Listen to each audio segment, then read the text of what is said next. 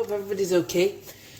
It's an absolutely beautiful morning again, and I thought I would get up nice and early. Nobody else is up in the house yet, so I thought I would get up early and make some Oatie gingers, and then I'll be able to take them out with me today. I'm going to do some work at the house, and I'll take them with me for a cup of tea later. Okay, so I've decided to do them gluten-free because this recipe, I've got a few recipes that are really good for gluten-free, but I know some of you are celiac or gluten-free, so I thought I would do this one, especially for you, Jordan, if you're listening in. So I've bought some special gluten-free from oats, and I bought some free from plain flour as well. This recipe actually calls for self-raising flour, so what I've done is I've added some baking powder, but I made sure that it was gluten-free baking powder as well. Okay, so I've checked the rest of my ingredients as well. My margarine, and it's just a regular soft spread. If you've got butter or like a butter spread, something like that, you can use that. And I'm just using up the last of the brown sugar that I've got, the soft brown sugar. You don't have to use this. I generally just use regular granulated sugar, or you can use caster sugar, whatever you've got handy, or you can do half and half, whatever you fancy. Okay. And the other ingredient I've got as well is this, which you might not have seen before. It's a glacé ginger. So it's ginger. It's ginger that's been chopped. It's not in the syrup. If you can only get the one that's in the syrup, or the one that's got like a sugary coating, then they're fine. The one in the syrup, you would need to drain it off really well and chop it. The one with the powder coating is a little bit more expensive, but you can use that if that's all you can get. Okay, and that's what it's like. It's like glacé cherry, but it's ginger. Okay, so let me just wash my hands. Okay. Right, so as I say, I'll put the recipe at the beginning of the video, and so far in here I've started it off. It's the brown sugar and the margarine, that's all that's in there, and I've just given it a mix so that it's all nice and soft and blended. Okay, see how I get on today. I was painting the fence yesterday and my arms feel like lead weights, so they do. So where are we? We've got the margarine and the sugar. We're going to add in, this is the gluten-free flour that I've already weighed out. As I say, I only had plain, so I added some baking powder. To that I added 3 level teaspoons of baking powder, or you can just use the gluten-free self-raising if you've got it. Okay,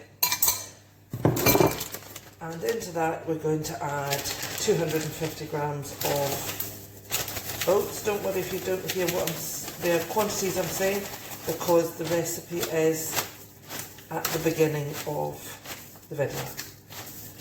Okay, there we go, and pop in the ginger, and it's 100 grams of ginger, which is half of this tub. So this tub will do you twice. Or you could find another recipe. Let's see if I can find another recipe to use the rest of it up. You could actually add it into scones. I do like ginger scones. Okay, we've got the sugar, we've got the oats, the margarine. We need 1/4 teaspoon of bicarbonate of soda.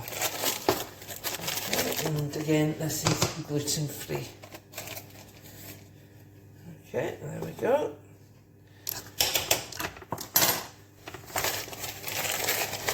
Then we need some honey or some syrup, so I'm going to use some honey.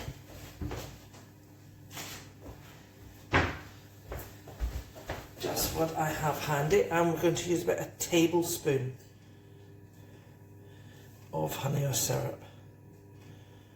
Okay, there we go. And we'll put that in, and we're going to add in 1 tablespoon as well of hot water. So I'm just going to run the tap so that it's nice and hot. Make sure you know that your hot water tap comes from that it's clean. Some people have it coming from a different boiler, so just check with whoever if you can use your hot water out the tap. If not, just boil the kettle and just be super careful, because obviously it's going to be very, very hot. Okay, so there's some boiling water, and we're just going to put in about a tablespoon. Now this is where my arms are going to get sore. So all I'm going to do is I'm going to start mixing this all together. Okay, so once this is mixed together, because it might take me a while with my sore arms, I'll come back to you. Right guys, so what I've done is I've got some baking trays. I've already got some in the oven, which we'll lift out in a minute, but let me just show you what I've been doing. So I've been using a dessert spoon. So that's the kind of spoon that you have on the table when you're eating your dessert, hence the name. And here's the mixture, and all I'm doing is I'm taking a nice big heaped spoonful. Now you can make these smaller if you want to. I'm going to get roughly, only roughly, about 20. So I'm going to roll it into a bowl in my hand, okay, and I'm going to pop it onto the tray. So on this is only a smallish tray, so I'm just putting 4 on it. Leave space for them to spread, okay. So I'm going to pop into the oven. Now this has been 12 minutes, my magic number, and these should, well, careful, the oven's going to be hot. What do you think of those? Absolutely delicious, lovely and golden brown. Okay, sometimes if you, let me just shut the oven door. If you don't use gluten-free ingredients, then they might spread out a little bit more. That is absolutely fine. Sometimes I find it depends where I've bought the flour, where I've bought the oats. Sometimes they spread out more than they do other times, but they will still be absolutely delicious. So what I'm going to do is I'm going to pop these ones into the oven. Okay, we're not using just the middle shelf, we're using any shelf at all because we've got so many going in and out. Those ones will nearly be ready in a second. Okay, so they are taking about 12 minutes to bake. And the oven, sorry, I forgot to say to you, the oven is on 175 degrees.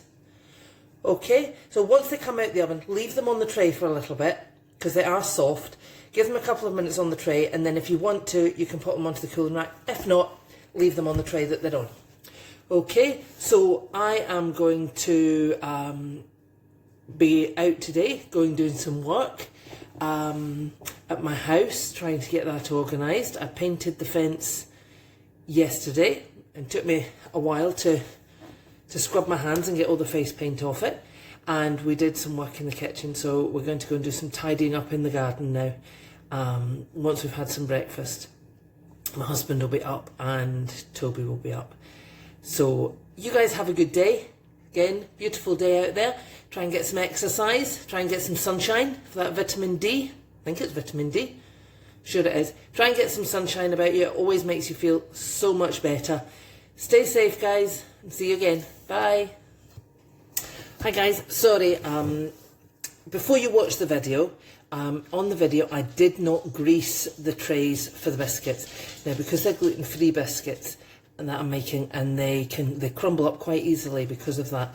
So what I suggest you do is either grease your trays before you put them on, or you could line them with some greaseproof paper, and that would make life so much easier at the end. So our biscuits will still be eaten. Let's say these ones, these are on more of a grease, on a,